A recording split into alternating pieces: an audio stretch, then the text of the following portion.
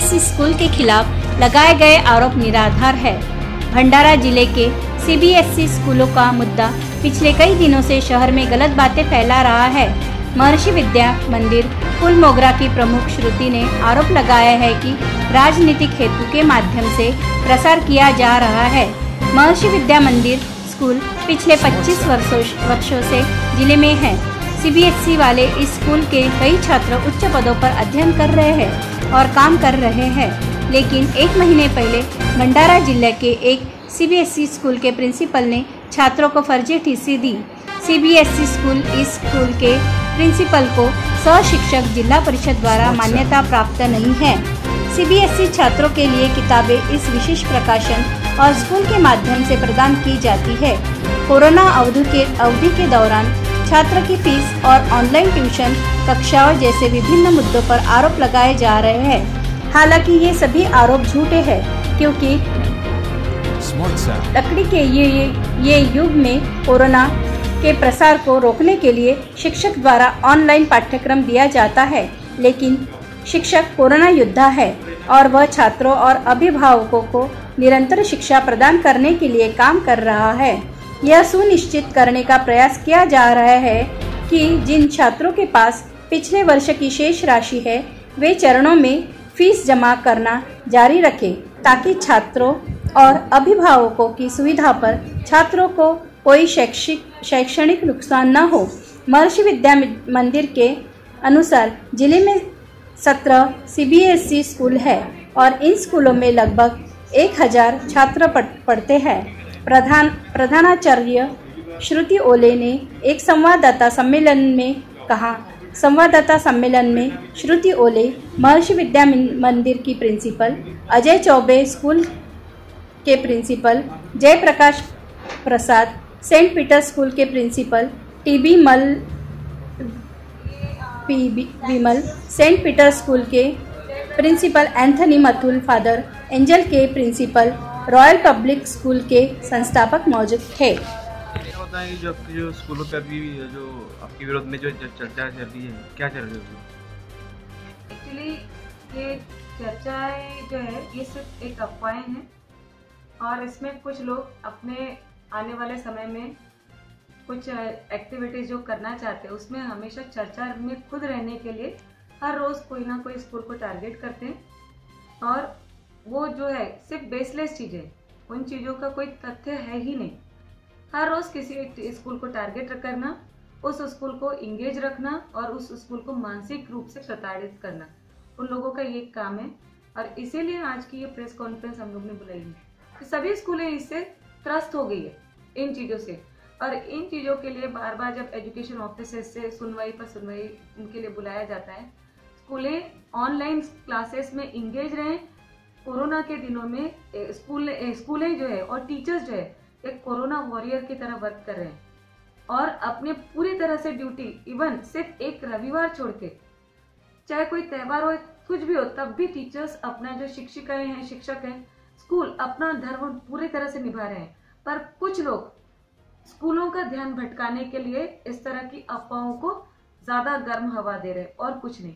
और इसमें वो चाहते हैं कि ज्यादा से ज्यादा उनका जो एम है जिसमें वो सक्सेस होना चाहते हैं, वो खुद अपनी बच्चों की फीस जो भरना नहीं चाहते हैं खुद से, और ऐसे में एक बड़े मॉब को तैयार करके वो स्कूलों पर दबाव डालना और जो है स्कूलों की बदनामी करना, स्कूलों में जो शिक्षा का एक अच्छा वातावरण है उस पवित्र वातावरण को खराब करना, बस उसके अलावा उन लोगों का उद्देश्य कुछ और नहीं है। एनसीईआरटी के बुक के ऊपर उन्होंने प्रश्न उठाया, क्या है मामला उनका? एनसीईआरटी की किताबों के ऊपर जो मामला उठाया है वो एक बेसलेस है। उसका मैंने सर्कुलर जो है आपको दिया है। सीबीएसई ने बहुत क्लियर किया है कि ऐसा जरूरी नहीं है कि एनसीईआरटी की किताबें ही लगाई जाए। उसमें सीबीएसई ने दिया है आइदर एनसीईआरटी और नॉन एनसीईआरटी किताबें लगाई जा सकती है जिसमें कोई भी विवादित टॉपिक ना हो और जो कि बच्चों का एक अच्छा हार्मोनियस ग्रूमिंग कर सके। और उसमें उन्होंने एक और चीज दी है कि टक शॉप का मतलब है कि स्कूल में किताबें रखकर बेची जानी चाहिए, बेची जा सकती है, क्योंकि सीबीएसई के स्कूलों में बच्चे 40-40 किलोमीटर की दूरी पर या फिर हमारे ग्रामीण भागों से भी आते हैं जहाँ पे पालक नागपुर जाके या फिर शहर जाके अपनी किताबें बच्चों की नहीं खरीद सकता है। इसमें क्या होगा, बच्चे की शिक्षा में जो है जो व्यवधान प्रदान होते हैं या उत्पन्न होते हैं उससे बच्चे बच पाए। और पेरेंट्स को भी, एक किसान जो है वो अपना किसानी का काम एक दिन छोड़ के वो 500 रुपये या 600 रुपये खर्च करके नागपुर जाएगा और आएगा। तो ऐसी स्थिति को संभालने के लिए CBSE ने एक टर्म दी है तक्षक। तो उसके अंतर्गत ये किताबें स्कूल में ही से डिस्ट्रीब्यूट किया जाए, ऐसा वो सर्कुलर में भी हमने इसके तथ्य में एक सर्कुलर आपको दिया है। मैडम और एक विषय उठा कि आपकी जो CBSE की जो TC है जो बोगस है, ऐसा उन्होंने कहा है, क्या बोलेंगे इस बारे में? ये एक्चुअली जो जिन्होंने ये सवाल उठाया है वो सवाल ही बचकाना है। इसका वेरिफिकेशन देना भी ऐसा होगा कि जैसे बोलते हैं ना कि जिस व्यक्ति ने ये प्रश्न पूछा है, बोलते हैं ना कि जैसे श्री कृष्ण जी ने कहा था माखन खाने के लिए मैया मुरी मैं नहीं माखन खाए, ठीक है ना, वो खुद उस तरह के चीजों में यदि इन्वॉल्व हो गए, इसलिए दूसरों पर इस तरह के पॉइंट उठा रहे हैं। CBSE की कोई TC बोगस नहीं होती है। कई स्कूलें जो है वो भंडारा ही नहीं, भंडारा के आसपास की भी 38 और 40 साल से स्कूलें चल रही है, जिसमें IAS officer, foreign IFS officer तक के लेवल के रेंज के बच्चे यहाँ से निकले हुए हैं। तो कोई भी TC बोगस नहीं होती। पर हाँ, हाईलाइट में चर्चा में रहने के लिए इस तरह की चीजें उठाना एक ये आदत बन गई, वो इस तरह के असामाजिक तत्वों की, बस। और इसको और ज्यादा बताने यानी ऐसा होगा कि हम उस प्रश्न को बहुत ज्यादा महत्व दे रहे हैं। वो पूछा गया प्रश्न भी एक्चुअली डिफेमेशन के लायक प्रश्न है, उस ऐसे लोगों के अंतर के जो है अगेंस्ट में डिफेमेशन का जो है ना लॉ लागू होना चाहिए। मैडम और एक आरोप है कि लॉकडाउन में जैसे स्कूल बंद है लेकिन फिर भी CBSE वाले जो पैसे ले रहे उसमें क्या विषय है? देखिए, लॉकडाउन तो अब आप लोग जब यदि फोन करते हैं लॉकडाउन में, वो जब आपको जो ट्यून आती है उसमें तो क्लियर कहते हैं कि अनलॉक की प्रक्रिया शुरू हो गई है। अब तो जो है देश जो है प्रगति की ओर चल रहा है, तो लॉकडाउन कहाँ रह गया, पहली चीज। दूसरी चीज, नहीं अभी स्कूल बंद है लेकिन फीस ली जा रही है, ये ऐसा का कहना है। बंद है क्योंकि देखिए हमारे यहाँ के जो लोग हैं, यहाँ के लोगों में एक ये चीज है कि ऑनलाइन क्लास को स्कूल नहीं मानते। उनका कहना है जब फिजिकली बच्चा जाता है ना वही स्कूल समझा जाता है। वर्चुअल क्लास का कंसेप्ट अभी लोगों के तक जो है कि क्लियर नहीं हुआ है। जबकि वर्चुअल क्लासेस, यदि आज जो है हम डॉक्टर्स को कोरोना वॉरियर समझते हैं, क्या टीचर्स कोरोना वॉरियर नहीं है? वो भी तो कोरोना वॉरियर्स है।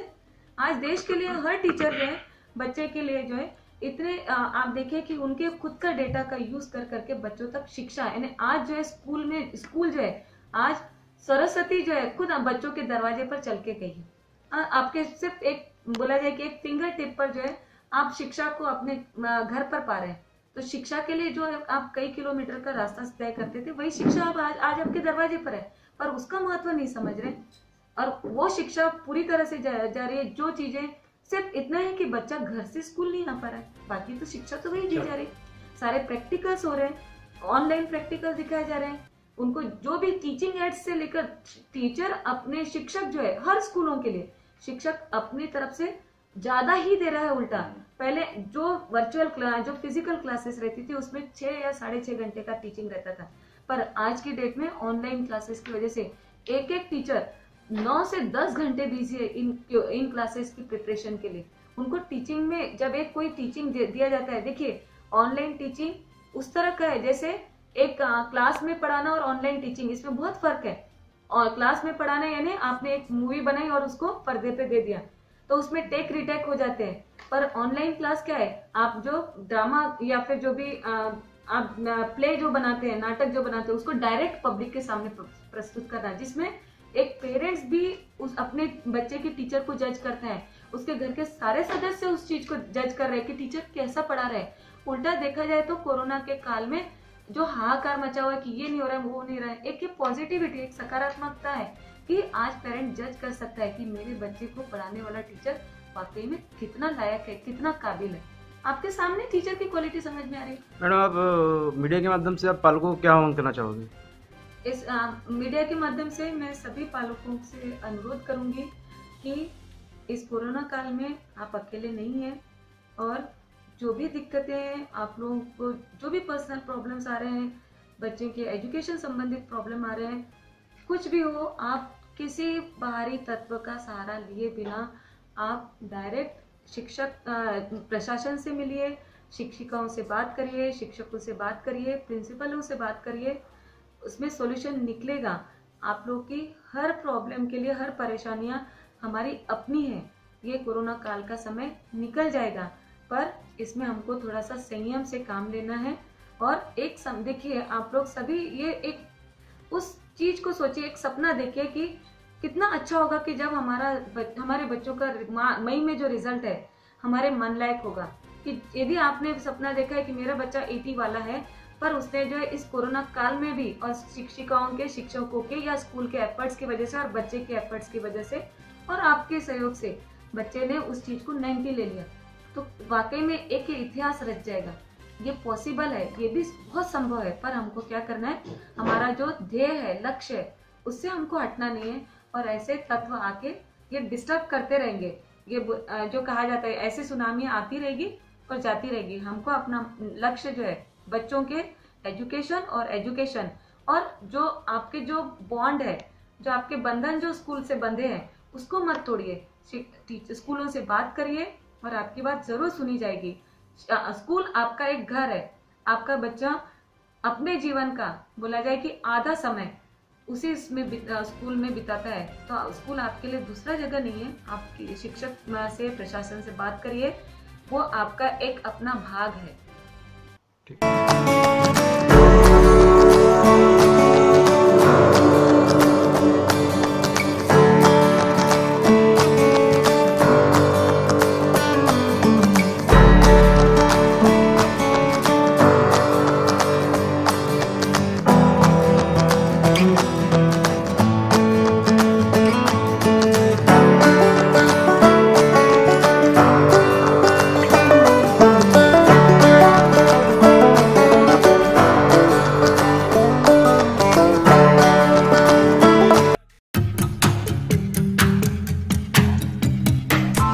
Press the bell icon on the YouTube app and never miss another update.